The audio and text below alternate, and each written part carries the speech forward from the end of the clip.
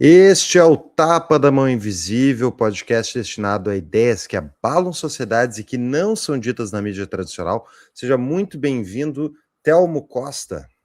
Tudo bem, Paulo? Como é que tá? Prazer estar aqui junto contigo, com o teu público, e a gente poder trocar uma ideia.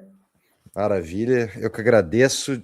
Seu Telmo, vou fazer o disclaimer então para o meu público, que é, né, tu é meu tio Edindo, né, mas não está aqui só porque tu é familiar, está aqui porque tu e outras várias pessoas construíram um baita de um negócio com mais de 3 mil funcionários no Brasil, né, a Meta, e vai ser uma honra para mim te entrevistar, né, tu que é uma das inspirações para eu ter, principal inspiração, com certeza, por ter virado empresário também.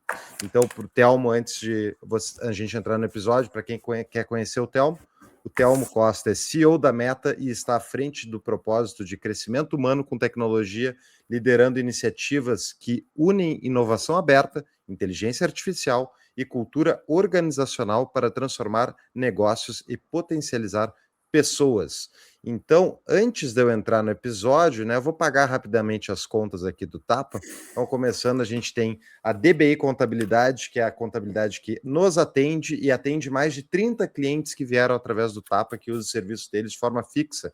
A DBI, ela é uma contabilidade para quem procura tranquilizar, simplificar, facilitar a sua vida, né, relacionando-se com o Estado brasileiro, que adora complicar a nossa vida. Então, a DBI tem mais de 25 anos de experiência, mais de 300 clientes ao todo, e eles são extremamente atenciosos, podem tirar a sua dúvida, converse com eles sem compromisso, e caso venhas a contratá-los, vocês podem usar a promoção exclusiva do Tapa. 120 meses, 120 meses seria ótimo, né? 120 dias para o primeiro pagamento de honorários, mais a abertura gratuita da sua empresa de honorários, e ainda, né, eles têm essa possibilidade de vocês trocarem uma ideia com eles sem compromisso. É só procurá-los no contato@dbicontabilidade.com.br ou no Instagram @dbicontabilidade. E se forem procurá-los, mandem, avisem que vieram através do Tapa para ganhar a promoção.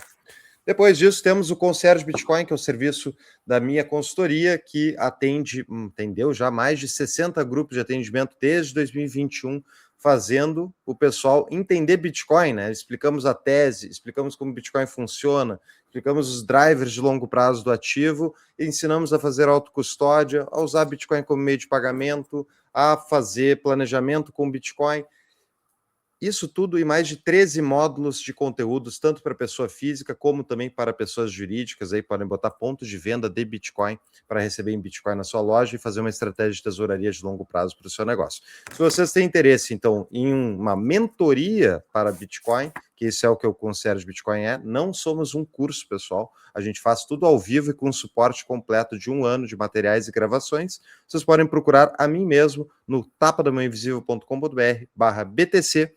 Marca uma conversa comigo sem compromisso e, se for o caso, daí a gente avança depois para o atendimento e transformamos vocês em Bitcoiners. Aí o Bitcoin é o melhor ativo da década passada, deve ser o melhor ativo dessa década também. Hoje estou vendo muita gente com receio de que o Bitcoin, meu Deus, caiu do seu topo, né? Mas não caiu nem 80%, vocês estão com medo, vocês não entenderam o ativo ainda. Então, vamos lá. Fora isso, para você que é empresário, tem uma conta de luz, está procurando margem, você pode colocar desde uma energia solar e baratear a sua conta de luz significativamente, ou também entrar no mercado livre de energia e também baixar a sua conta. Eu trabalho com a implementação das duas soluções pela Proteus Associados. Se vocês têm interesse, é só entrar em contato através do proteusassociados.com.br e ali a gente pode conversar um pouquinho e avaliar o caso de vocês sem compromisso. Para fechar, caso você goste de pessoas inteligentes para trocar ideias sobre a vida, liberdade, memes, Bitcoin, investimentos financeiros e muito mais com pessoas que prezam liberdade, a comunidade do Tapa é o lugar para você ir. Então é só entrar em tapadamainvisível.com.br/comunidade e lá vocês podem contribuir com o projeto e ainda participar da nossa comunidade com centenas de pessoas. Eras isso, chega de propaganda, Telmo. Vamos lá, né? E um último disclaimer: eu não estou no meu estúdio profissional de casa, estão vendo aí. Estou na praia, né? Mas a gente não para, o Tapa nunca. Sabia, Telmo, que a gente nunca teve um episódio que a gente falhou em 4, a gente está 7 anos. Nunca. Toda semana tem episódio, mesmo que de vez em quando o estúdio não seja o ideal. Mas vamos lá, seu Telmo. Então, conta para nós, conta nas tuas palavras, quem é o Telmo Costa e quem é a Meta. Sabe que aqui na Meta, só antes de começar aqui na Meta, a gente tem uma brincadeira, né? Quem sabe faz ao vivo, né? Então é exatamente isso, né? Ou seja, os estúdios mudam, os locais mudam, mas o programa é feito semanalmente, né? Parabéns, Paulo. Muito bacana Obrigado. mesmo. A Meta hoje é uma das principais empresas brasileiras, brasileiras especialistas na jornada de transformação digital dos nossos clientes, ou seja, a gente entende qual é a estratégia da empresa, a partir da estratégia, qual é o momento que ela está, né? Tem empresas que enxergam a tecnologia como custo e tem empresas que enxergam a tecnologia de uma maneira estratégica, né? E a gente percebe ao longo dos anos, né, que as empresas que enxergam a tecnologia de uma maneira mais estratégica, elas têm conseguido, independente da concorrência, independente dos novos entrantes, independente das reservas, dos benefícios, né, elas têm conseguido um desempenho melhor. Então, o que a gente faz? A gente faz exatamente isso. A partir de entender a estratégia do cliente, a gente monta o que a gente chama de jornadas de evolução, ou seja, como a gente consegue evoluir o modelo de negócio do cliente, seja com estratégias, seja com estratégias de eficiência operacional, ou seja, como é que tu aumenta a rentabilidade, como é que tu melhora os indicadores da empresa, seja com a parte transformacional, como é que tu cria novos modelos de negócio usando tecnologia, tá? E a gente acredita nas duas coisas, as duas coisas são muito importantes para as empresas, ou seja, como é que eu transformo a empresa numa empresa mais rentável, mais eficiente, e ao mesmo tempo, como é que eu adianto e eu consigo capturar novos modelos de negócio de coisas que a empresa já faz em volta do core business da empresa. Existem novas oportunidades que muitas vezes elas não estão tão claras assim, né, porque a empresa está focada no curto prazo, no dia a dia, como tem que ser no orçamento do ano dela, e a gente consegue montar exatamente isso, saindo da estratégia, indo para estratégia, operação, parte de projetos e a operação, que é botar no ar aquilo que é concebido. Muito bom. E a Meta hoje tem quantos funcionários? A gente tem hoje 2.650, 2.700 funcionários, mais ou menos. Hoje, essa equipe ela tá em 350 cidades, são 20 países, está em 20 países. A gente tem operação hoje em 4 países, clientes em 14 e equipes em 20.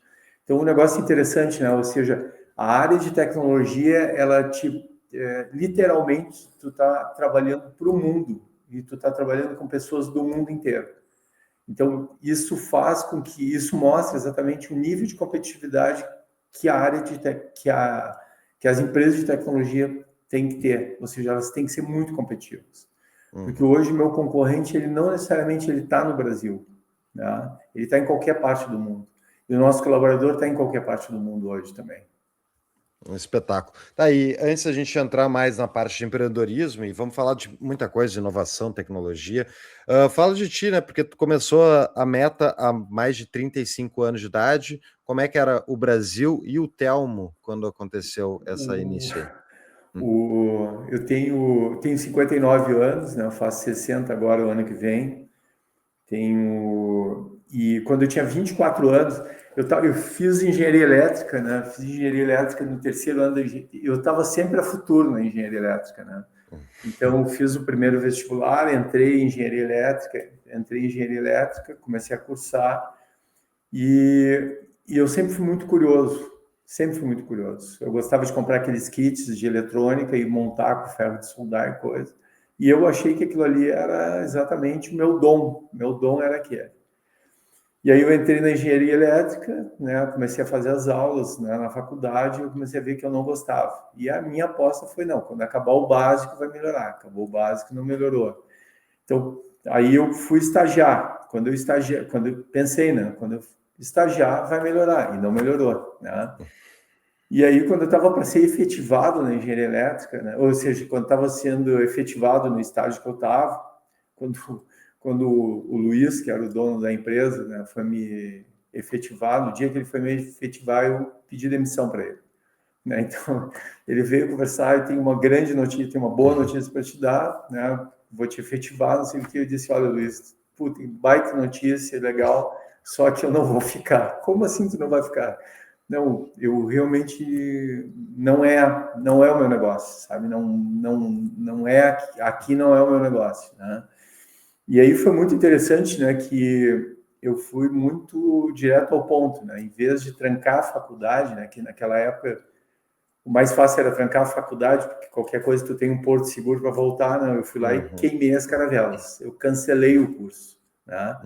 Então eu cheguei em casa lá com meu pai e disse para meu pai, eu tenho algumas notícias para te dar, né? Meu pai aquele dia chegou antes em casa, morava com ele, chegou antes em casa. Eu acho que ele nunca se arrependeu tanto de chegar antes em casa, mas chegou antes em casa e eu disse, olha, pai, queria te dar algumas notícias. Primeira notícia, né? Eu não gosto de engenharia elétrica. Ah, tudo bem, vai melhorar, pai. Eu larguei a engenharia elétrica. Ah, mas tu pode voltar. Não, eu cancelei o curso. Tá, mas e o teu estágio? Eu pedi demissão. Então foi uma sucessão. Estou falando assim, né? Mas na época não foi dessa maneira o negócio, né? O negócio não por ele, mas mais por mim do que qualquer outra coisa. Né? E ali meu pai teve uma sensibilidade muito grande que foi entender, né? Entender exatamente o que eu estava dizendo para ele. E aí ele teve a sensibilidade de entender o seguinte, que a vida ela não é um negócio tão simples quanto a gente imagina, né? Então, se tu for fazer uma coisa que tu não te realiza, que o olho não brilha, mais do que realizar o olho não brilha, né? Tu vai carregar um peso a mais. E ali o meu pai disse exatamente isso para mim, né? E aí o que foi interessante, né? Um pouquinho antes de fazer todo esse negócio, né? Eu tinha um sábado, um domingo de manhã, eu tinha ido com meu pai comprar churrasco, né? Numa churrascaria. Tinha ficado numa banca, parei, ele foi comprar, eu fiquei numa banca e comprei uma revista onde apareciam computadores, ou seja, a reserva de mercado, o Brasil estava começando a discutir o fim da reserva de mercado, né? E aqueles kits de montagem de computadores, né? E estavam começando a entrar no Brasil. Antes disso, só para a gente ter uma ideia, né? Os computadores, eles eram basicamente indústria nacional, né? Onde algumas indústrias internacionais eram sócios minoritários das operações, tinham sócios minoritários no Brasil, porque existia uma reserva de mercado. E os computadores daquela época eram um negócio de $5.000, mais ou menos, na época, que era um negócio impagável, né? Tu tinha alguns computadores de $2.000, $3.000, mais ou menos, e computadores usados. E eu naquela época comprei uma revista, né, na banca essa, né, onde falava exatamente dos kits de montagem de computadores, né.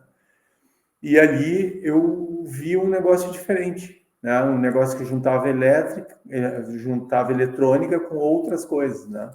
Eu fui me informar melhor, não tinha internet, não tinha Google, né, então eu fui atrás dos universitários para entender um pouco melhor o negócio. Fiz cursos de programação. Na época não tinha computador em casa, né? Então a programação e lógica a gente fazia no papel, né? Porque não tinha computador, né? E eu gostei daquele negócio. E eu disse, putz, isso aqui é melhor do que é melhor é melhor em relação a onde eu estou hoje. E aquilo de saber aonde eu estava hoje, né, e saber que eu não gostava, e saber que ali tinha uma coisa nova, ele me moldou. Porque aquilo ali me fez realmente tomar a decisão final da história de dizer o seguinte, cara, eu vou em frente. Ali eu cancelei a faculdade, ali eu mudei minha vida. Né? Entrei na análise de sistemas na universidade e comecei a trabalhar de cara para ver se eu ia gostar ou não do negócio. E tive a oportunidade de abrir minha empresa no final de um ano, né, de estágio. Teve o Plano Collor. Com o Plano Collor, a empresa que eu estava lá quebrou, né, literalmente quebrou.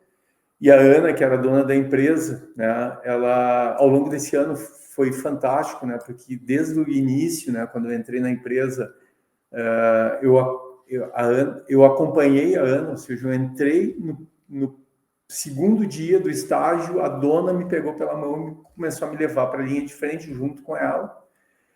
E eu fui bem nessas idas junto com ela. Né? Então, assim, ela normalmente, mesmo sendo estagiário, né, que muitas vezes o cara desconecta, né? Ele acha, porque é estagiário. Não, sempre foi a mesma coisa, sempre foi o meu jeito. Qual é o jeito de resolver problemas? Então, nessas reuniões com ela, eu tinha essa habilidade de entender exatamente o que estava acontecendo, né? Saber entender o que estava acontecendo e assumir a responsabilidade por resolver o problema. E a Ana viu muito valor nisso. E por ver valor nessa atitude, né, nessa capacidade e nessa atitude, eu comecei a me destacar. E todos os pepinos, todos os problemas, normalmente eles vinham parar no meu colo. Ou seja, todos é modo de dizer, né, mas alguns bem desafiantes vinham exatamente e eu conseguia resolver os problemas. Então, no final de um ano, né, com o plano Collor, né, que o dinheiro sumiu do mercado, a empresa infelizmente quebrou, né? E algumas pessoas estavam mais preocupadas em botar a Ana na justiça para tentar reaver os seus direitos, né? E eu estava preocupado em ajudar a Ana. E foi exatamente o que eu fiz, né? Eu disse para ela, na época, eu disse, olha, Ana, eu estou à tua disposição, vou te ajudar, no que eu puder te ajudar, vou te ajudar. E foi literalmente isso. Ali começou a minha empresa, começou a Meta, né? Com mais 2 sócios que trabalhavam junto comigo na empresa, né? A gente tomou uma decisão, né? A gente morava em Porto Alegre, a gente tomou uma decisão exatamente de abrir uma empresa, né? E a gente começou a, basicamente, atender os clientes que eu atendia na época, a gente continuou atendendo eles. Que foi muito legal, assim, no final de 6 meses, né? A gente basicamente tinha começado com 3 clientes. No final de 6 meses, a gente já estava atendendo a Pirelli de São Paulo, a Pirelli Pneus de São Paulo, que é, né, a Pirelli Pneus, né, mundial. A gente estava fazendo o sistema de telemetria de pista da Pirelli de São Paulo, que é um negócio que depois foi premiado pela Pirelli, acabou indo para vários campos de prova da Pirelli. Telemetria de pista é mais ou menos, guardar as devidas proporções, do que tu vê na Fórmula 1 hoje, quando tu interage com o carro em tempo real para setar parâmetros. E eles faziam isso para testar os pneus. Tinha um meu sócio na época, Paulo Ricardo, era um gênio da eletrônica, era um cara fantástico, né? E no final desses 6 meses, o Cláudio Carrara, que é meu sócio até hoje, ou seja, a gente é sócio há 35 anos, né, que era meu colega de faculdade há 2 anos, uma sócia nossa quis sair para empreender, ela queria fazer outro tipo de empreendimento. Eu convidei o Cláudio entrou e a gente é sócio até hoje, né? Ou seja, 35 anos, meu sócio, né? E daí tu abriu a tua empresa em 90, depois do plano Collor, né? E então, pô... Tinha 24 anos, né? Uma decisão... É um negócio interessante, né? Até uma coisa assim, né? Porque eu tinha bons exemplos dentro de casa. Eu tinha o exemplo do meu pai e tinha o exemplo da minha mãe, que eram bons. Minha mãe era uma executiva de uma empresa. Meu pai começou a vida como vendedor de enciclopédia, evoluiu, começou a vender carros em concessionário, depois evoluiu, foi evoluindo, né? E eu olhava os dois e eu dizia o seguinte: eu quero algo diferente. Eu quero realmente abrir alguma coisa, tá? E eu quero fazer do meu jeito, sabe? Sabe quando tu tem uma voz dentro de ti, parece brincadeira, essas coisas de filme? Não, não é de filme, é vida real, né? Algo dizia o seguinte, cara, tu tem um caminho diferente, tu vai construir. Então eu tinha o exemplo do meu pai e minha mãe, que foram exemplos fundamentais, né? Vocês me ensinaram muito, depois posso falar um pouquinho melhor, que tem coisas muito legais. E ao mesmo tempo eu via que esse caminho que eu queria fazer, tinha alguns pais de amigos meus, né, da época, que eles fizeram isso, eles construíram o seu próprio negócio, né? E eu via e eu me identificava exatamente com isso. Então eu me identificava com esse desafio de tu fazer o teu caminho, de tu construir o teu caminho, de tu desenvolver, né? Que não, na realidade, na época, isso não era um negócio tão normal quanto é hoje, né? Pois é. Deixa eu perguntar, empreender naquela época versus empreender hoje em dia facilitou? Sabe que isso é uma análise difícil. Essa pergunta é boa, tá, Paulo? Porque essa pergunta ela desafia muito, entendeu? Eu acho que hoje tu tem exemplos, tu tem um volume de exemplos de empreender muito maior do que tu tinha naquela época. Esse é um ponto, né? Segundo ponto, tu tem uma estabilidade, com todos os problemas, tu tem uma estabilidade econômica que não existia na época, né?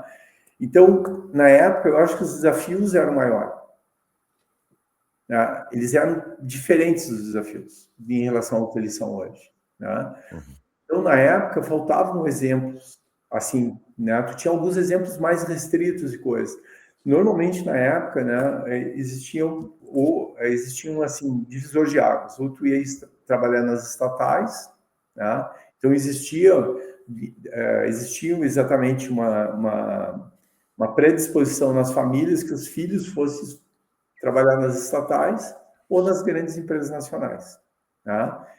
Então, tu abrir o teu próprio negócio não era um negócio muito normal, assim, né? Era um negócio que tu tinha que fazer as tuas negociações em família para mostrar isso, né? E hoje em dia é um negócio relativamente natural, né? Ou seja, eu acho que eu penso, né, que ao longo desses anos o brasileiro se descobriu muito empreendedor. O brasileiro sempre foi empreendedor. Jorge Caldeira tem um livro exatamente que mostra isso, né? Mas o brasileiro se descobriu muito empreendedor, até talvez fruto da sucessão de crises que existiam no Brasil, né? O DNA do brasileiro é um DNA que merece ser estudado, porque ele é muito resiliente, muito obstinado, independente de qualquer coisa, ele faz a jornada dele, ele constrói o caminho. E muitas vezes ele constrói o caminho dele em lugares, em ambientes, um ambiente muito inóspito.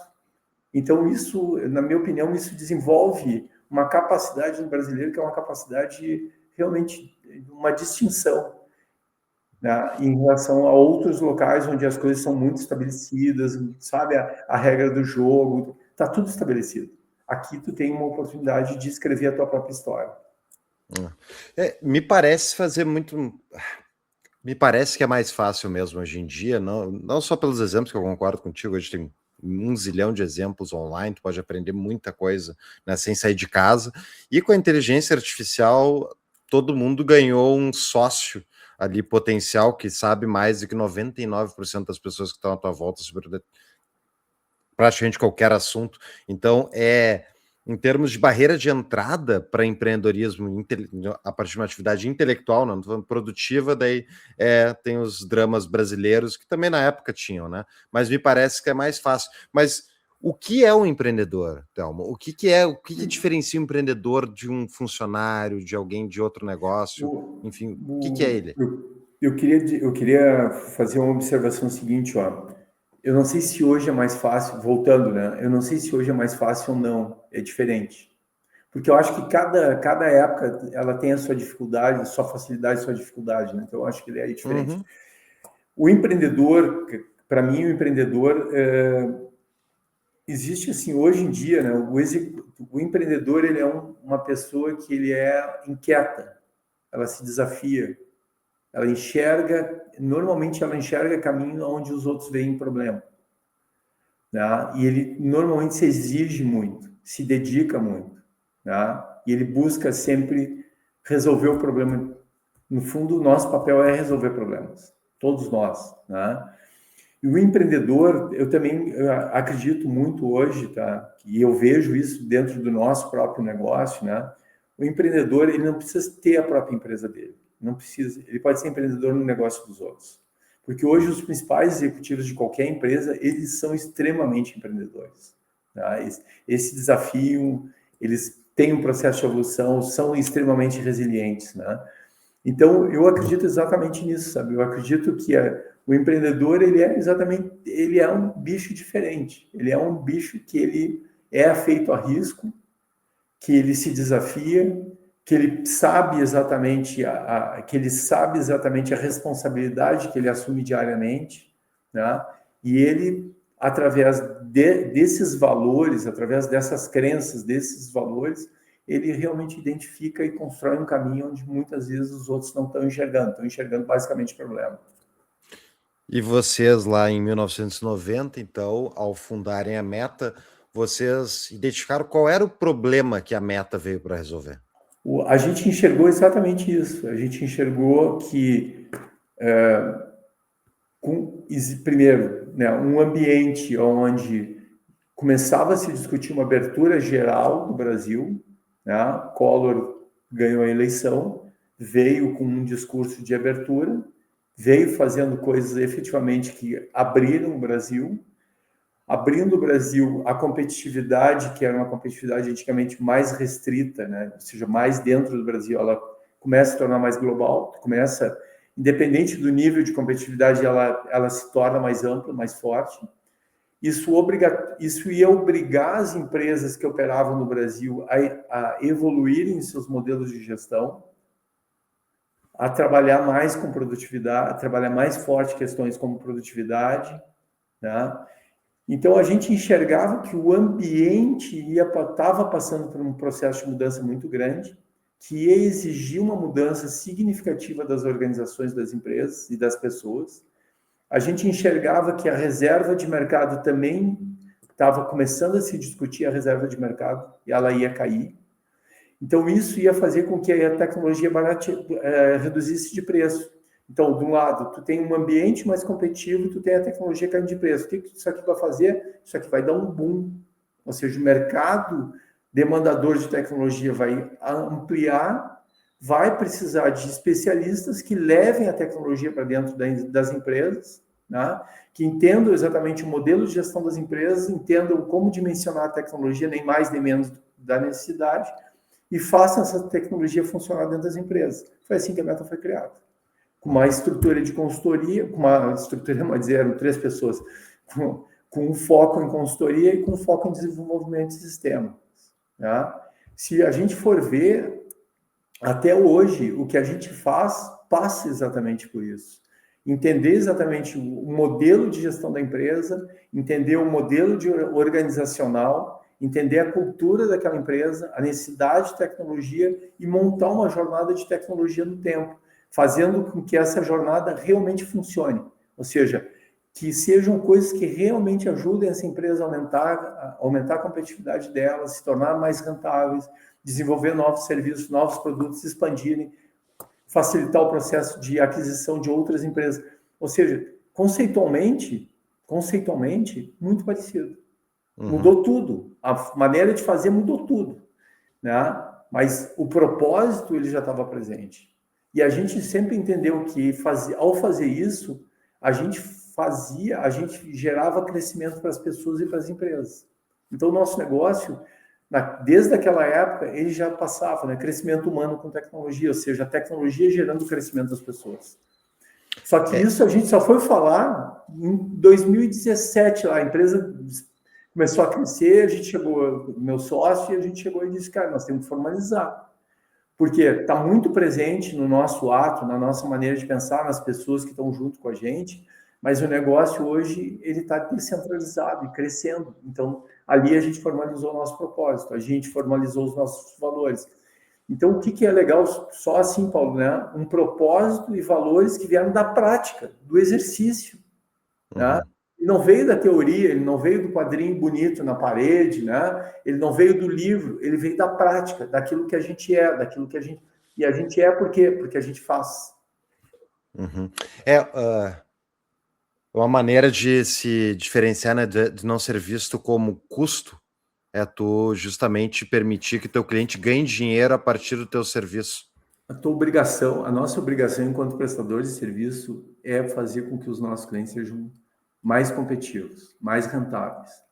Então assim, o pessoal fala, por exemplo, o pessoal, por exemplo, né, tem a pesquisa do MIT lá, né, que 95% dos projetos de IA não deram resultado. Eu acho que eles estão olhando a coisa errada. Eu acho que teria que olhar os 5% que deram resultado e ver, cara, por que esses 5% deram resultado? Por que a tecnologia, ao longo desses 35 anos que a gente está, algumas empresas tiveram sucesso e outras empresas não tiveram sucesso? Por que algumas empresas gastaram muito com tecnologia, e tiveram um resultado, e outras gastaram menos e tiveram um resultado igual ou superior. Porque coisas básicas. Isso aqui é prioritário? Isso faz parte do meu planejamento estratégico? Isso aqui tem geração de valor? Isso aqui tem ROI? Ou isso aqui é bonito? Ou eu estou fazendo porque alguém está dizendo que eu tenho que fazer? Entendeu? Então, assim, quando tem coisas claras, né? Quando tem coisas claras, tu consegue medir. Quando tu consegue medir, tu consegue mostrar exatamente o retorno do investimento e tu consegue mostrar a geração de investimento, a geração de resultado que tu está fazendo através disso. Então, isso é gestão, né? Então, assim, coisas básicas, né? Tecnologia não está solta, ela tem que estar diretamente ligada àquelas atividades onde tu torna a empresa mais competitiva, ela tem que estar, a prioridade tem que estar vinculada a prioridades da empresa. E ela tem que ser mensurável. Eu tenho que conseguir medir o retorno do investimento ou a geração de valor para a empresa. Mas como é que é se inserir, por exemplo, tu falou da Pirelli, como é que vocês entraram num grande cliente como esse logo no início? E será que qual foi o pulo do gato para a empresa sobreviver esse início tão tumultuoso? O início do negócio, só para a gente ter uma ideia, né? Começou com uma indústria de calçados, que ela estava implantando um PCP, Planejamento e Controle da Produção, né? Eles tinham contratado uma empresa para desenvolver o software, né? E eu estava fazendo a consultoria para garantir que aquilo ia funcionar. Eu passei um ano, mais ou menos, indo diariamente, né? Andando 40 quilômetros de Porto Alegre, no interior de Novo Hamburgo, né? Um ano, diariamente, né? Acompanhando exatamente esse projeto, né? Toda a definição do projeto, todo o acompanhamento, a implantação, os testes, para garantir que aquilo ia funcionar. Então, isso foi uma indústria de calçados. Do outro lado, a clínica dentária do pai de um amigo, né? Ou seja, nós estávamos atendendo uma indústria e uma pessoa física. Ele precisava automatizar a clínica dentária dele e a gente estava nos dois aqui. E aí veio a Pirelli. A Pirelli, ela conhecia a empresa onde eu tinha trabalhado antes, que quebrou a base, né? E o meu sócio tinha, durante alguns meses, trabalhado junto com os engenheiros da Pirelli, né? Modelando o que seria a informatização do campo de prova deles. Só que o negócio nunca tinha fechado, né? A negociação eles nunca tinham conseguido concluir a negociação. Quando a gente abriu a nossa empresa, que a gente começou a tocar, o pessoal da Pirelli voltou, né? E quis retomar o negócio, né? Quis retomar o projeto. Né? E foi assim que a gente fechou o nosso terceiro cliente, que era a Pirelli. Então, foi muito engraçado, né? Tu atendia uma multinacional, uma empresa mundial, uma empresa local bacana, uma empresa multinacional extremamente competitiva, né? Na época, a Pirelli era a maior empresa de pneus do mundo, tá? Tu atendia no Brasil, tu atendia uma empresa local, interior do Rio Grande do Sul, e tu atendia uma pessoa física, né? Então, esse era o ambiente nosso. E ali a gente se deu conta do seguinte: nosso negócio é empresarial, o nosso negócio é um determinado perfil de empresa, e a gente tem que estar trabalhando diretamente naquilo que é fundamental para aquela empresa, tá? Então, a gente foi entendendo exatamente o nosso negócio. E desde então, o foco continua o mesmo? São grandes corporações? Na realidade, são empresas... eu digo o seguinte, ó, que são empresas médias, empresas grandes, mas principalmente empresas que entendem que tecnologia é fundamental para o core delas. Ou seja, são empresas que são empresas competitivas, ou são líderes de mercado, ou são empresas que estão desafiando o líder de mercado, onde estão usando tecnologia, através da tecnologia estão realizando exatamente isso, seja se tornarem mais competitivos, seja desafiar o líder de mercado. Ou seja, tecnologia é fundamental para essas empresas. Sim, e a minha dúvida assim, como uma empresa brasileira, né, nascida em Porto Alegre, se tornou uma multinacional, né? Qual foi, talvez, a grande, porque certamente não foi um acerto, foi uma sequência de acertos ao longo desses 35 anos, mas qual foi o principal driver, tu diria, para vocês conseguirem sair do Brasil, né, conseguirem conquistar mercados internacionais, esses players maiores, como tu mesmo falou no início, né, a tua competição é global, né, então tu está competindo com grandes empresas do tipo, né, de países desenvolvidos. Então, isso não é a história da Meta, não é uma história comum, eu diria, de empresas brasileiras. O que é o diferencial? O diferencial, assim, antes de competir global, tu quer sobreviver, né? Então, assim, né, 95% das empresas quebravam no final do segundo ano, né? Então, teu objetivo primeiro é sobreviver. Como é que tu sobrevive, né? Sobrevive garantindo a entrega dos compromissos assumidos. Primeira coisa, né? Então, o que é um DNA nosso? Nós temos um DNA de proximidade com os clientes, de comprometimento, né, muito grande. Então, a gente realmente entende a importância daquele projeto, a gente entende a importância do resultado para a empresa, a gente acompanha o projeto de uma determinada maneira que ele cria um vínculo, né, de resultado com o cliente. Ele cria exatamente isso. E o melhor cartão de visita é o cliente satisfeito. Cliente satisfeito recompra, cliente satisfeito te indica dentro da empresa, te indica para fora. Então, como é que a gente cresceu no mundo? Através dos clientes. Tá? A gente, de um lado, através dos nossos clientes, que a gente já atende, a gente vai para o mundo, foi convidado a ir junto com eles para o mundo. Eu não sei se tu está sabendo que a gente abriu uma operação em Xangai, estamos atendendo, começamos a atender o Sudeste Asiático, né? Já temos 15 pessoas em Xangai, né? A partir de Xangai a gente agora começa a atender, né? Estamos atendendo... É pequenininho o mercado lá, né? Não tem muita gente naquela região. É um negócio diferente, né? Ou seja, um cliente americano que a gente começa a atender no Brasil, atende na América Latina, atende nos Estados Unidos, começa a atender no México, começa a atender na Europa e nos convida para ir para Sudeste Asiático, né? Então, ou seja, é mais uma vez exatamente esse negócio, ou seja, é um modelo de atendimento, é um modelo de compromisso e é um modelo de saber como trabalhar com ele para gerar resultado. Perfeito. Eu sempre fico pensando assim, a dificuldade que deve ser implementar e cuidar da cultura de um negócio que se um negócio pequeno já dá dor de cabeça manter, enfim, um time bem unido e buscando objetivos, como deve ser isso numa empresa com muita gente? Daí eu te pergunto, uma multinacional, multijurisdicional, como é que tu consegue transmitir a cultura, essa visão de negócio? A gente sempre foi, desde o início, uma empresa com uma cultura muito forte, ou seja, muito forte.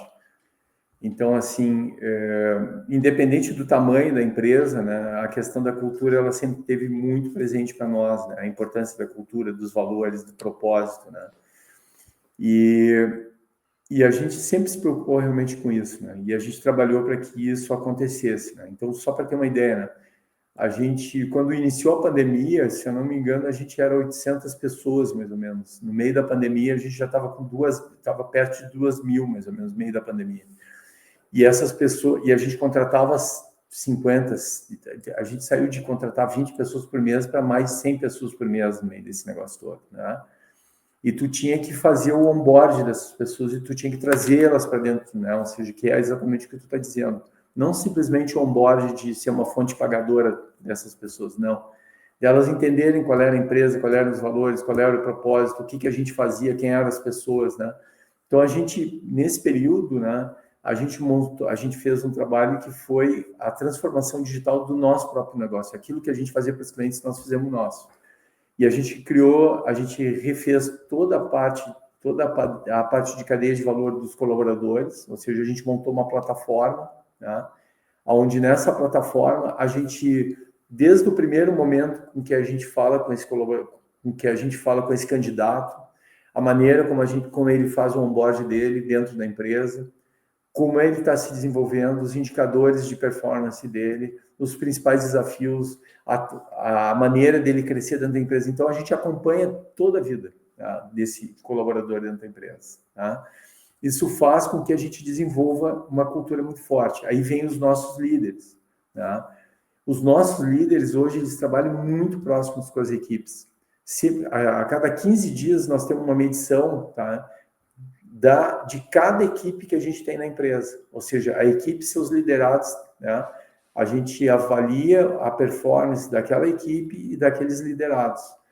E a gente consegue identificar como está a saúde daquela equipe, como está o modelo de liderança, como está o modelo de funcionamento das equipes. Então, isso faz com que a gente haja em tempo real. E aí vamos aos resultados práticos desse negócio, né? A revista Time, em 2025, ela fez a primeira avaliação, tá, das empresas. Aqui a Time faz nos Estados Unidos uma avaliação das melhores empresas para se trabalhar, semelhante ao GPTW, que é mais conhecido, né? Então, a Time fez pela primeira vez no Brasil isso, né? A gente foi considerada a 10ª melhor empresa para se trabalhar no geral, não só de tecnologia, mas no geral de todas as empresas, né? Pela Time, do Brasil. né? Do Brasil. E a gente, legal, pelo GPTW, né, pelo 7º ano consecutivo, aí a gente também, né, tá na lista do GPTW e em várias listas diferentes, tanto a lista regional do Rio Grande do Sul, quanto a lista nacional do setor mais competitivo, que é o setor de tecnologia das empresas de grande porte, de 1.000 a 10 mil funcionários, a gente está, né, bem posicionado dentro do ranking. Então, isso tudo é fruto de um trabalho muito forte, né, que é feito pelas lideranças da empresa. Hoje meu sócio é a Viviane Furquim, que é a nossa diretora de pessoas, trabalha muito forte essa gestão de pessoas, junto com o nosso grupo de liderança. Então, existe um engajamento em primeira pessoa, né, com as nossas equipes, né? Isso é um negócio, cara, a gente é incansável com isso. Uhum. É parte do foco estratégico do negócio. Com certeza. Nosso negócio, cara, é de pessoas para pessoas e por pessoas. Uhum. Bom, tu falou uma palavrinha aí mágica no meio, que é o líder, né? O que é o líder? Tu teve até, inclusive, uma época, tu tocou um negócio que era a revista, né? Performance Leader, se eu não me engano, era esse a gente foi desafiado, inclusive, ali atrás tem um livro de 10 anos. A gente foi, há uns anos atrás, né, o professor Antônio Meneghetti nós estávamos num jantar em São Paulo, né, e o professor Antônio Meneghetti, um italiano que vinha seguido para o Brasil, né, ele basicamente diagnosticou o que ia acontecer. Ele disse o seguinte, que, olha, o Brasil vai passar por um boom, foi mais de 10 anos, o Brasil vai passar por um boom. O Brasil, muitos brasileiros não conhecem o Brasil, não conhecem as referências positivas do Brasil, e vai ser fundamental para o Brasil, né, ter referências positivas, né? E ali, naquele jantar, né, naquele jantar, eu comprei um desafio, que era o quê? Criar uma revista, junto com outras pessoas, criar uma revista que é chamada Performance Leader, né, onde a gente começava a mostrar a cara do Brasil que dá certo, do Brasil empreendedor, do Brasil ousado, do Brasil que cria, que gera emprego, que paga imposto, que desafia, que vai para fora, que cresce no Brasil, né? E a gente começou exatamente com esse objetivo, né? Então, eu nunca tinha feito nada parecido, né? Nunca tinha, mas eu entendi que aquilo era um projeto que fazia sentido para mim, né? Porque muitas vezes o empresário no Brasil, ele não é bem visto. Naquela época, né, que a gente abriu a empresa, não era bem visto, né, o empresário. E eu olhava e eu dizia o seguinte, cara, puta, eu trabalho, eu gero emprego, eu pago imposto, né, a gente vira à noite trabalhando, né, a gente corre risco. Então, eu entendia que aquilo que imputava aos empresários não era a realidade. E eu senti uma necessidade muito grande naquele momento exatamente de apoiar o projeto, né? E aí eu trabalhei exatamente, arranquei junto com mais 2 pessoas organizando a revista. A revista existe até hoje, né? Hoje eu não faço mais parte do comitê editorial. A gente viabilizou a revista, né? E a gente conseguiu, ao longo desses anos todos, transformar realmente numa revista muito interessante que fala sobre a liderança, né? Fala exatamente da questão do líder. Aí, o que é a função do líder? Porque a gente está falando bastante aqui de ser empresário, empreendedorismo e tal, mas o líder é alguém que não é, obviamente, só restrito ao empreendedorismo. Não, o líder é um transformador de realidade, independente da atividade que ele realiza. Ele transforma a realidade em volta dele. O objeto de transformação depende da extensão, né, de atuação desse líder. Por exemplo, tu é um líder. Ao fazer o podcast, tu está influenciando a realidade de pessoas, tu está influenciando a realidade, tu está transformando a realidade à tua volta. Tá?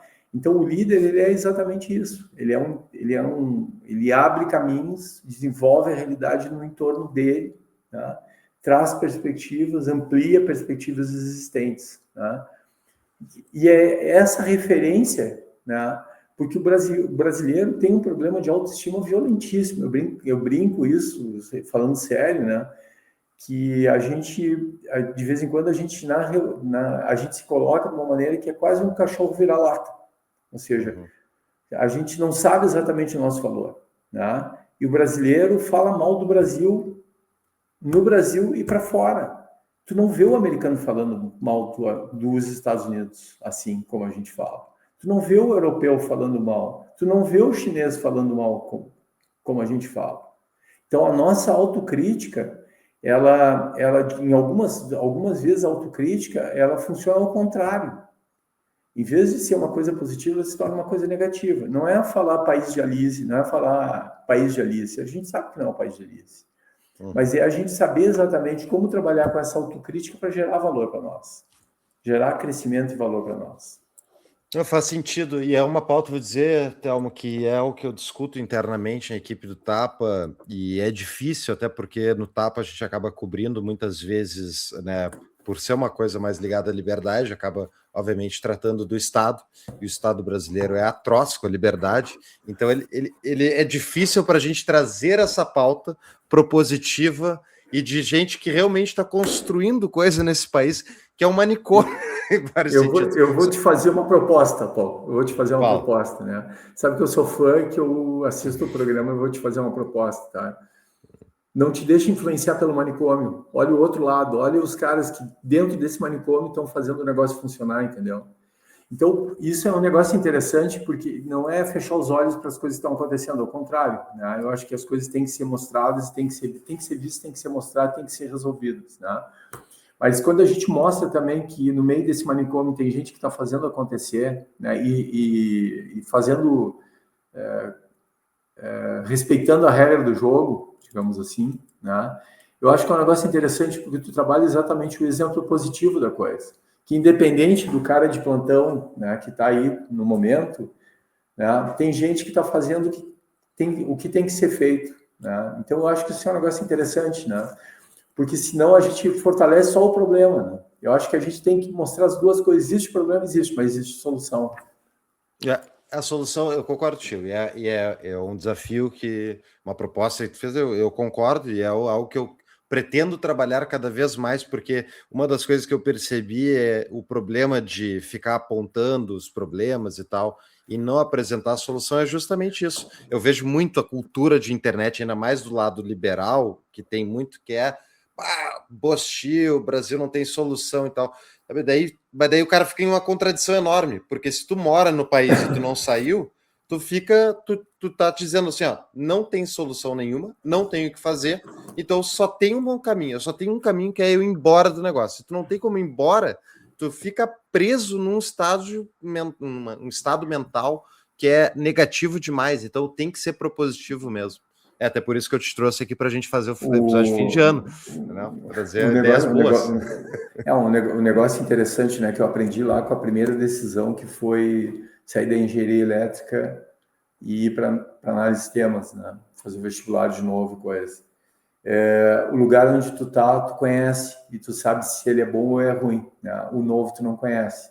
Então te desafia e vai para o novo, entendeu? Ou seja, te desafia, né? Te desafia a mudar, te desafia... E no fundo é um negócio interessante, né? Porque a vida inteira ela é feita de desafio, né? Quando tu para de desafiar, tu morreu. Tu não te deu conta e tu morreu. Né? Então, eu acho que o nosso grande mérito, né, o nosso grande mérito aqui no Brasil é porque a gente constantemente é desafiado e se desafia. E isso faz exatamente que essa nossa economia e que a nossa vida seja exatamente essa constante evolução, constante mudança, né? O desafio nos faz não conseguir parar e ter que se desafiar, e ter que evoluir, sabe? Talvez daí venha a essência do brasileiro. É verdade. E antes da gente entrar na tecnologia, até como tu foi presidente do IEE, do qual eu sou associado também, né, tu estudou as ideias da liberdade e, enfim, tu tá há 35 anos empreendendo nesse país. Comparado a quando tu começou e nessa jornada toda, como é que tu enxerga hoje o estágio que está o Brasil politicamente, especialmente na parte de, tipo, disso, de vamos construir soluções? É possível construirmos uma ponte para fora do manicômio, né, sem sair do manicômio, transformar o manicômio num país que seja, né, de dar orgulho e que facilite a vida de quem quer gerar riqueza e gerar oportunidades para os outros, que são os empreendedores? Eu acho que o Brasil vem por incrível que pareça, tá? O Brasil vem num processo de evolução, né? Eu acho que o momento que a gente vivia, eu acho que a gente vem num momento, assim, eu acho que a gente está vivendo um momento de desafio. Eu acho que a gente está vivendo com instituições que são disfuncionais nesse momento, tá? Ou seja, elas hoje elas estão trabalhando num conflito como se uma tivesse primazia em relação à outra, e isso está tornando as instituições disfuncionais. Então, esse é o momento que a gente vive hoje. Né? Mas eu acredito que isso tem prazo de validade. Né? Então, eu acredito que o nosso papel, né, ou seja, eu acho que nós somos responsáveis pelo que existe hoje. Né? Por que a gente é responsável? Porque todo ano tem uma eleição. Né? E se tem uma eleição e tem candidato ganhando, é porque a outra parte não está fazendo o que deveria fazer. Né? Então, eu acho que o Brasil hoje passa exatamente por um momento de transformação muito forte. E essa transformação que a gente está vivendo aqui, ela está nos obrigando, ela vai nos obrigar cada vez mais a ser muito propositivo e muito ativo nas eleições. Tá? Para transformar o ambiente em volta da gente, a gente vai ter que fazer alguma coisa. A gente vai ter que se mexer. A única maneira de se mexer é o quê? É voto, é eleição.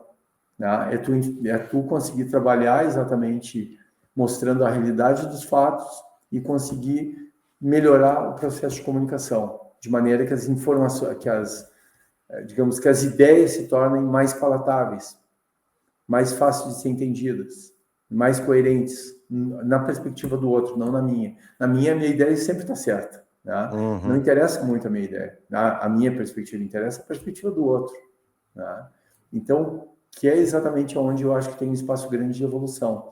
Então, eu acho que se tu pegar o Brasil, né, antigamente, cara, por exemplo, a questão liberal, cara, tu contava nos dedos. Hoje em dia existe exatamente um pensamento liberal mais forte. Né? Existem os pensadores, né, são conhecidos. Os livros existem. Na época não existiam os livros. Né? Ou seja, os founders do IEE, na época não existia literatura no Brasil. Né? E eles souberam construir e souberam desenvolver. Né? Então, eu acredito muito no poder do indivíduo. Eu acredito muito na força que cada um de nós que cada um de nós temos, né?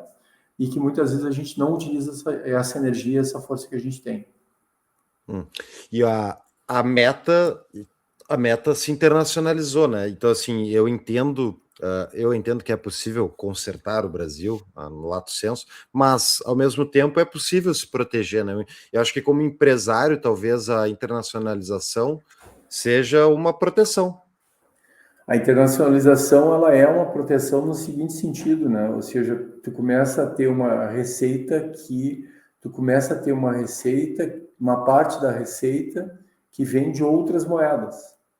Tu começa a ter uma parte dos teus clientes que estão em outras realidades, tá? Então, hoje, quando tu pega no geral, a gente atende hoje 20 segmentos, tá? 18% do nosso faturamento já vem em outras moedas, né? Isso aí em 2020 era 3%, 2%. Então, Brasil, a operação brasileira, ela vem crescendo, mas as operações internacionais também estão no processo de crescimento, né? E vão expandir mais ainda. O ano de 2026 vão expandir mais, né? Então, assim, sempre que tu tem uma diversificação como essa, tu tem exatamente uma proteção também, né? Tu começa a construir uma proteção. Né? O que é interessante é que a gente acredita no Brasil, a gente acredita. Né? Eu moro no Brasil, eu acredito no Brasil. Né? E acredito exatamente isso, eu acredito que a gente tem um espaço de crescimento forte dentro do Brasil. É um mercado que, se o Brasil se ajeita minimamente, o mercado explode, brasileiro... Paulo, tu explode. Assim, ó, a pujança da economia brasileira, assim, olhando o negócio, a pujança da economia brasileira, cara, a pujança dos empresários, a pujança dos executivos, cara, a população, cara. Então, assim, o Brasil, ele realmente é muito forte. O problema do Brasil é que os brasileiros não se dão conta da força que eles têm. Esse é o problema. Então, assim, sabe, a gente tem hoje os meios materiais, a gente tem, se tu pegar o Brasil hoje em termos de natureza, em termos de produção intelectual, cara, é forte, é um país forte. Em termos de resiliência, cara, eu conheço poucos como o Brasil. Poucos mesmo, entendeu? Então, a gente tem hoje realmente as condições de que a coisa aconteça. Se a gente for pensar, são alguns ajustes que são necessários fazer para que as coisas mudem, a realidade mude. Eu tenho falado no Tapa já há algum tempo que, até porque eu comecei a acompanhar ali nos anos 2000 política e tal, e eu vi, nesses últimos 20 e poucos anos, eu vi a mudança das ideias que o Brasil teve ao longo das últimas décadas para melhor, melhorou muito. Ao mesmo tempo, a degradação institucional que aconteceu. São forças antagônicas que estão em conflito, né? Estão em conflito. E como todo conflito, né, o que está acontecendo? Os contrastes, eles estão cada vez mais fortes, né? Então, esses contrastes aqui, eles vão gerar mudança, para o bem e para o mal, né? Independente, não sei exatamente para onde vai, mas para o bem e para o mal, o contraste, quanto mais forte o contraste, cara, mais provável que aconteça uma mudança. Pois é, a tecnologia, curiosamente, ela traz, por um lado, ela traz mais opções de controle por parte do Estado, mas ela também traz a opção do indivíduo se proteger mais do Estado, enfim, das próprias corporações. Ele traz a possibilidade hoje, por exemplo, o brasileiro residente no Brasil, ele pode comprar Bitcoin, um ativo que não tem nada de controle por parte do Estado brasileiro, e que protege ele. Ele pode investir internacionalmente através de uma Avenue, ele pode fazer várias coisas para proteger-se individualmente da degradação institucional sem sair do Brasil. E daí eu te pergunto, vocês trabalham bastante tecnologia, tu acha que isso deve continuar, essa tendência? Porque a tecnologia pode ser algo que traga um diferencial competitivo, digamos assim, para o indivíduo frente às instituições. Na realidade, eu acredito exatamente nisso. Eu acredito que a tecnologia, ela é um meio, hoje, qual é o grande problema que existe hoje no mundo inteiro? A polarização. Hoje tu tem a tecnologia está sendo utilizada de uma determinada maneira que a polarização está cada vez mais forte, né?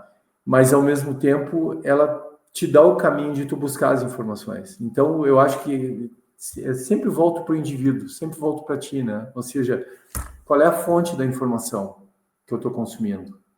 Ela é real ou ela não é real? Quanto eu estou me aprofundando para entender o que está por trás dessa informação?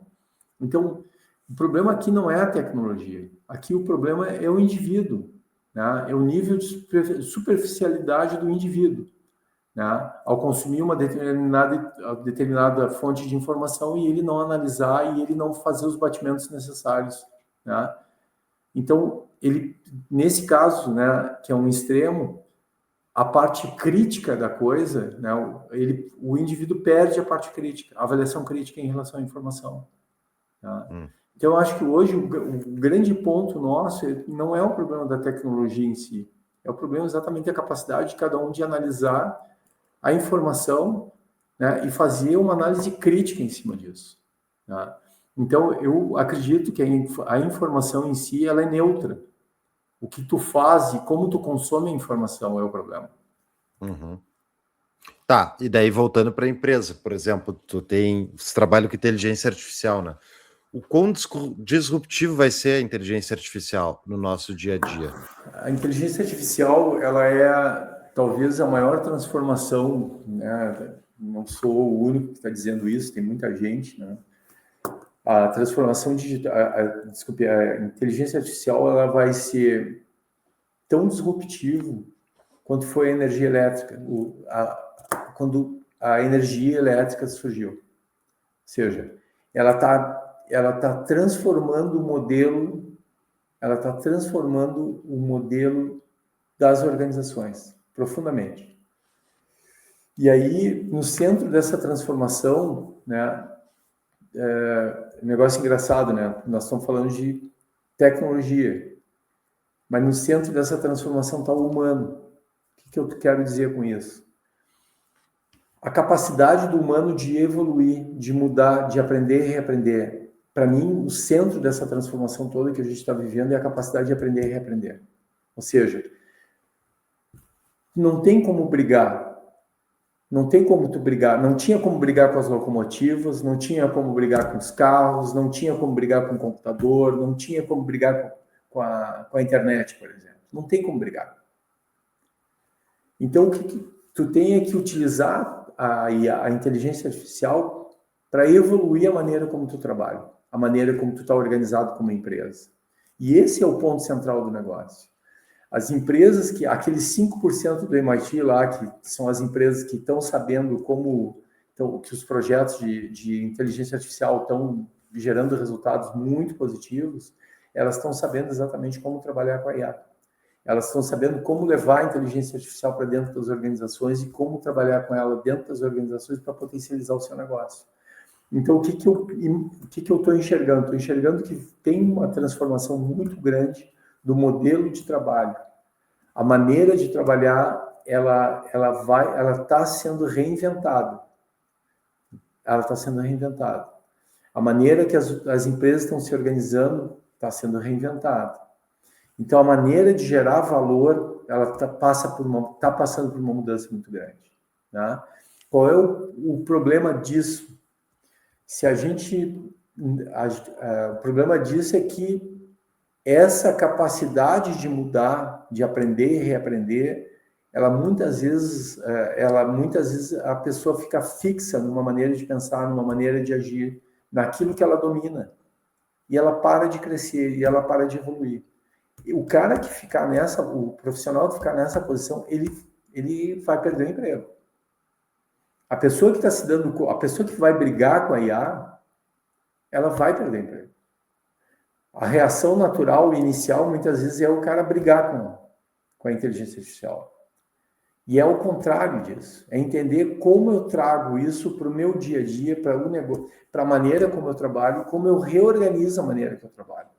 Como eu reorganizo a geração de valor para os meus clientes através da inteligência artificial. Como eu reorganizo meu modelo econômico da empresa através dela. E como eu potencializo a geração de valor de coisas que eu não enxergava dentro do meu negócio e que estão na minha mão fazer. Aqui está o crescimento. Aqui está a evolução. Mas dá um exemplo prático, assim, tipo, uma empresa, o que a empresa pode fazer usando a inteligência artificial que seja, né, tão transformador para ela? Por exemplo, né, várias coisas, tá? Várias coisas. Eu estou usando um chip de glicemia aqui, tá? Para fazer a medição de glicemia. Tá? Então, eu estou sabendo estou usando um negócio bem pessoal, um chip, né? Esse chip, então, ele mostra a minha variação de glicemia, tá? Ele está ligado numa pulseira, essa pulseira mede uma série de indicadores, né, da minha saúde, tá? E eu, em tempo real, estou sabendo o que eu tenho, estou sabendo exatamente o meu comportamento, tipo de comida, quando eu estou fazendo esporte, quando eu estou dormindo. Com isso aqui eu consigo mudar minha vida. Eu consigo ter uma saúde melhor, eu consigo ter uma produtividade melhor, eu consigo entender o que é bom e o que é ruim para mim. Estou dando uma coisa, né, assim, básica, né, básica. Né? Se tu pegar hoje todas as plataformas, por exemplo, né, pega a Amazon, né, a Amazon reinventou o modelo de negócio. Né? Ela reinventou vários modelos de negócio, não foi um só, foram vários modelos de negócio. Então, a Amazon, em tempo real, ela sabe. O último agora, né, que é a questão das farmácias, da distribuição de medicamentos e das farmácias. Né? A Walgreens e a CVS estão enfrentando uma concorrência brutal. Por quê? Porque a Amazon mudou o modelo econômico do negócio. Se tu pegar as plataformas de comércio eletrônico, se tu pegar, por exemplo, as plataformas de venda de roupas, por exemplo, né? Elas reinventaram o varejo. Em tempo real, elas mudaram totalmente o modelo econômico. Como é que era o modelo econômico? Tu ia lá, tu viajava, aí tu fazia uma coleção, tu entendia as tendências, aí tu fazia uma coleção, 2 coleções por ano, né? Como é que tu faz hoje? Tu faz 20 ou 30 peças, faz uma live, apresenta as 20 ou 30 peças, que tu já vende normalmente na live, tu já testa se isso vai ter sucesso ou não. Os primeiros que comprarem já recebem aquilo lá, e aí tu vai produzir para botar a escala. Tu mudou o modelo, tu acabou com o estoque. Totalmente o modelo. Né? Antigamente, né, tu comprava na loja, se tu tivesse que trocar, tu ia na loja, né, tu recebia a partir do estoque, né, a loja recebia e fazia estoque. Hoje tu não sabe de onde tu está recebendo. Em 2 horas, 3 horas, tu compra uma coisa, ela chega para ti, dependendo e coisas de valores bem diferentes. Mas onde é que está a inteligência artificial aí dentro? A inteligência artificial está a entender exatamente quem é o Paulo, como ele consome, quanto ele gasta por mês, aonde ele gasta por mês isso, qual é o hábito dele, que tipo de coisas que ele gosta, já faço as proposições em cima do que ele gosta, no ticket mais ou menos adequado ao ticket médio que o Paulo consome, e já tenho muitas vezes mapeado onde o Paulo mora, e eu sei em volta do Paulo como entregar mais rápido. Tudo é inteligência artificial. Tudo é dados e inteligência artificial. Dados passam a ser uma fonte enorme de riqueza para as empresas. Não existe inteligência artificial. Os caras, as empresas muitas vezes nos procuram falando de inteligência artificial, só que eles não organizaram a casa. Se tu não tem os dados organizados, tu não tem como botar inteligência artificial no ar, né? Então, muitas vezes o cliente chama e a gente diz o seguinte: eu tenho uma boa e uma má notícia para ti. Né? A boa notícia é que dá para fazer o que tu quer. A má notícia é que é o seguinte: primeiro nós temos que resolver as tuas informações e os teus dados. Ou seja, nós temos que organizar as tuas informações para conseguir organizar os teus sistemas e, com isso, trabalhar com a inteligência artificial. Como é que vai ser a projeção disso para o longo prazo? Porque isso vai permitir mais concorrência empresarial, menos, vai concentrar o mercado? Mas não vai concentrar. Eu imagino o seguinte, Paulo. Primeiro, se eu tivesse essa bola de cristal, tava rico. Né? Eu não tenho essa bola de cristal. Mas eu imagino o seguinte, Paulo, que tu tem as grandes plataformas, né, que são as grandes plataformas geradoras de inteligência artificial, tá? Que tu vai concentrar essas plataformas. Hoje tu já tem uma concentração, né? Só que a maneira que tu utiliza essas inteligências artificiais vai incentivar a concorrência. Porque ela vai tornar competitiva desde a empresa muito pequena e a empresa muito grande. Empresa muito pequena competindo com a empresa muito grande. Tá? Então, tu vai ter uma concentração, talvez, nos geradores responsáveis. Tá? Tá falando de AWS, tá falando, sabe, esses caras concentrados, Google, AWS, cara, a Microsoft, né? Ou seja, esses caras, esses caras concentrados, mas embaixo, as empresas que utilizam isso para fazer o seu negócio, a competição vai aumentar muito. A tendência de competição vai aumentar muito. Com modelos de negócio totalmente diferentes. Mesmo empresas competindo no mesmo segmento com modelos de negócio muito diferentes uma da outra. Uma falando de custo e outra falando de geração de valor. Ou seja, dois concorrentes com estratégias muito diferentes. Tá? Em cima do mesmo tipo de negócio com estratégia diferente. Um falando que vai reduzir o custo e outro falando que vai aumentar a capacidade produtiva. Então, a projeção para o longo prazo seria que isso vai derrubar preço? Uma parte, eu acho que aí vai depender do posicionamento de cada empresa e de cada produto, né? Ou seja, quanto menos tu te diferenciar enquanto companhia, mais a briga vai ser por preço.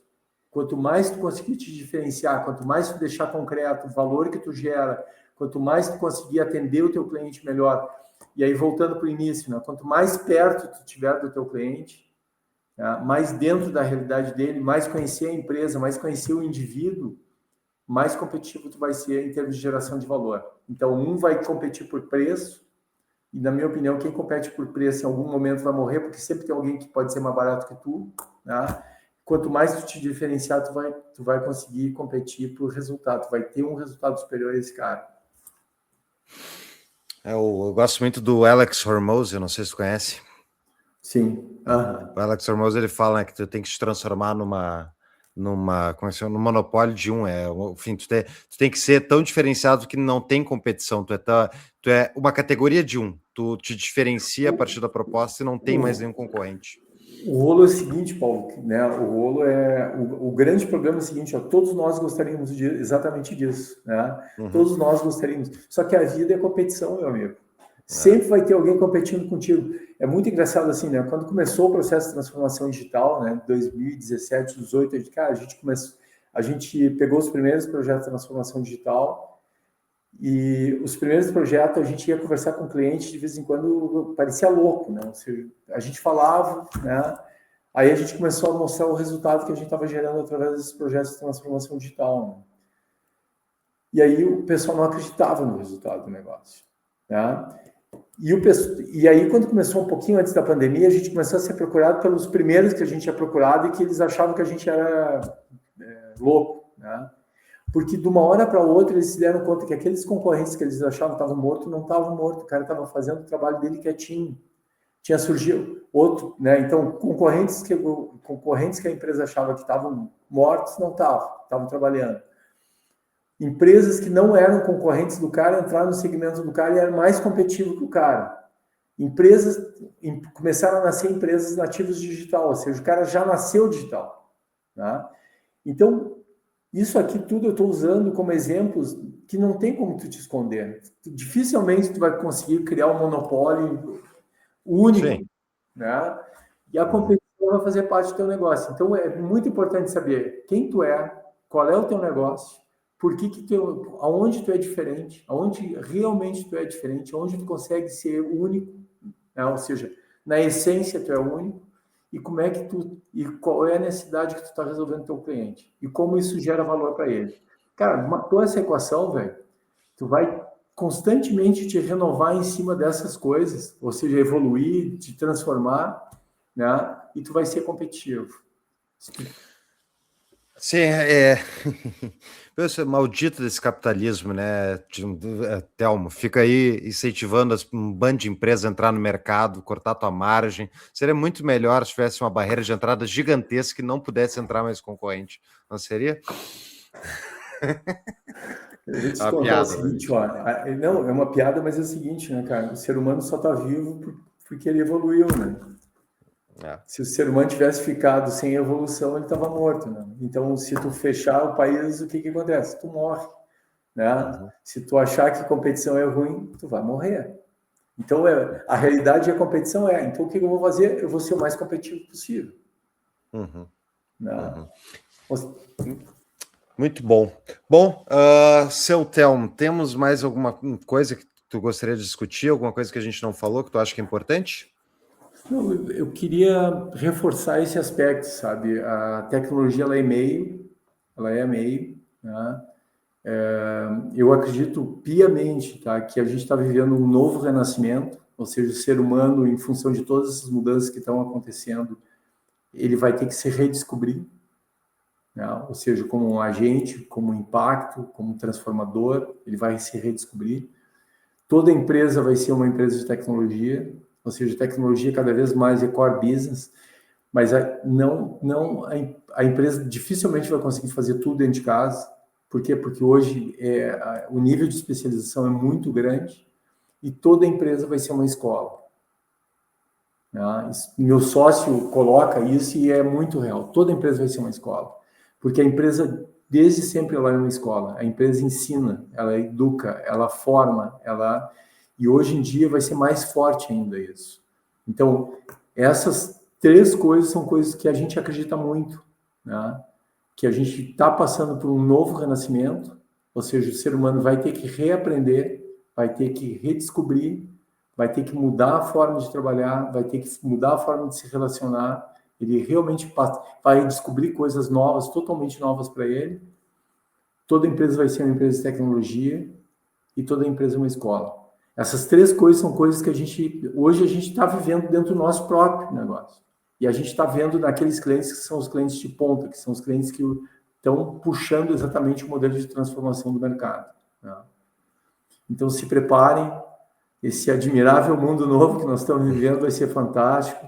Não deixem de acreditar no Brasil, acreditem no Brasil, e principalmente se olhem no espelho e digam para si mesmo o que nós podemos fazer. Né? Não adianta, né? Olha no espelho Os e diz outros. para ti mesmo, não adianta falar dos outros, fala de ti mesmo, o que eu posso fazer? E acredita em ti, que tu vai fazer, vai dar resultado. Perfeito. Tu tem uma dica de livro? Pode ser o Caldeira, se tu quiser, que tu citou antes. Não, eu tenho o Caldeira, sou fã do Caldeira, né? Mas tem um livro, cara, que é um livro de cabeceira, tá? Que ele me ajuda há bastante tempo e é um livro muito real, tá? Feitas para Empresas Feitas para Vencer. Vencer. Empresas Ah, Feitas para Vencer, cara, do Jim Collins. Jim Collins, tá? É um negócio interessante, sabe? Porque a empresa, tu vai evoluindo, a gente vai evoluindo, a empresa vai evoluindo e tu lê ele de novo e tu consegue enxergar, ou seja, é um livro vivo, Uhum. tá? E é um livro muito útil para nós, assim, foi útil, tem sido útil ao longo dos anos para nós, né? Em vários momentos assim delicados, momentos de transformação, momentos de repensar o modelo de negócio, reorganizar a empresa, ele muito útil.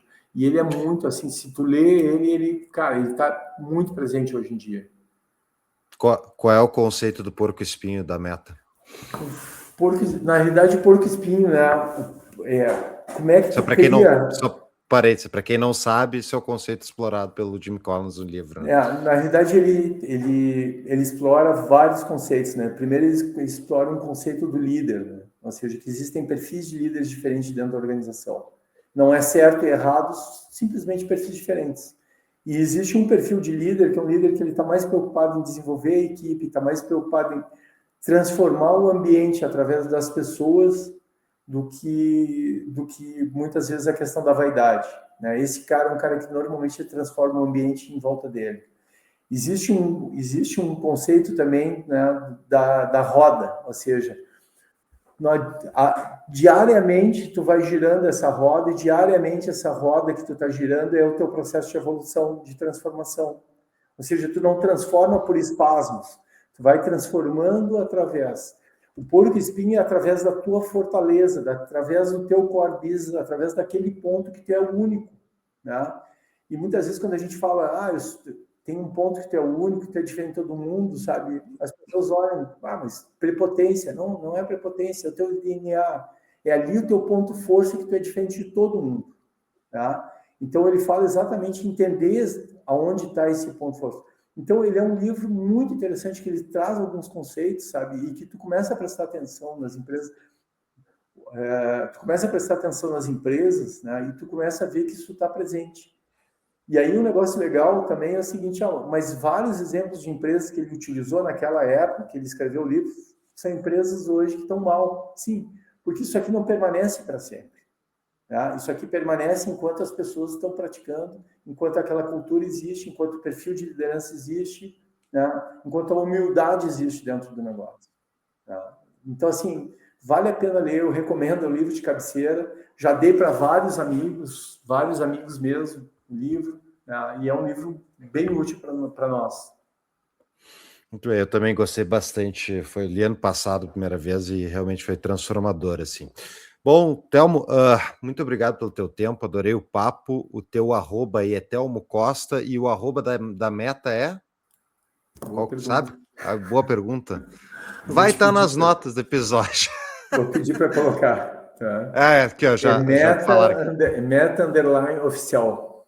Perfeito. Então vai estar lá para o pessoal poder acompanhar um pouquinho mais o trabalho da Meta. E do Telmo. Telmo, parabéns pela construção desse baita negócio, por investir no Brasil, empregar tantos brasileiros e mostrar que mesmo num período de tanta diversidade foi possível construir um negócio tão grande assim. E eu acho que a minha ideia de trazer a ti aqui nesse final de ano, o episódio final do ano de 2025, era justamente para mostrar uma baita de uma história brasileira de sucesso e até para quebrar um pouco dessa vibe que está no Brasil de que o Brasil é inviável. Não, é possível construir, né? É uma história de muitas pessoas, isso que é importante, não é uma história de uma pessoa. Exato, exatamente. Bom, então, muito obrigado e até uma próxima. Um abraço, Paulo, parabéns. Um abraço, valeu. Muito bem, pessoal. Vamos agora, primeiro quero agradecer a audiência de vocês, não só desse episódio, mas de 2025 inteiro. Se vocês gostam do Tapa e gostaram do episódio, eu peço que vocês ajudem avaliando o episódio na plataforma de streaming onde vocês estão acompanhando, assim como no YouTube, curtindo e compartilhando o episódio. Mandem esse episódio naquele grupo familiar ou de amigos das pessoas que estão sempre discutindo o que se fazer, né? Como fazer. Esse episódio é para vocês. E 2026 tem muito mais. Aguardo você. Semana que vem a gente continua com Luiz Felipe Dávila. Vamos falar das instituições brasileiras e muito mais. Até lá.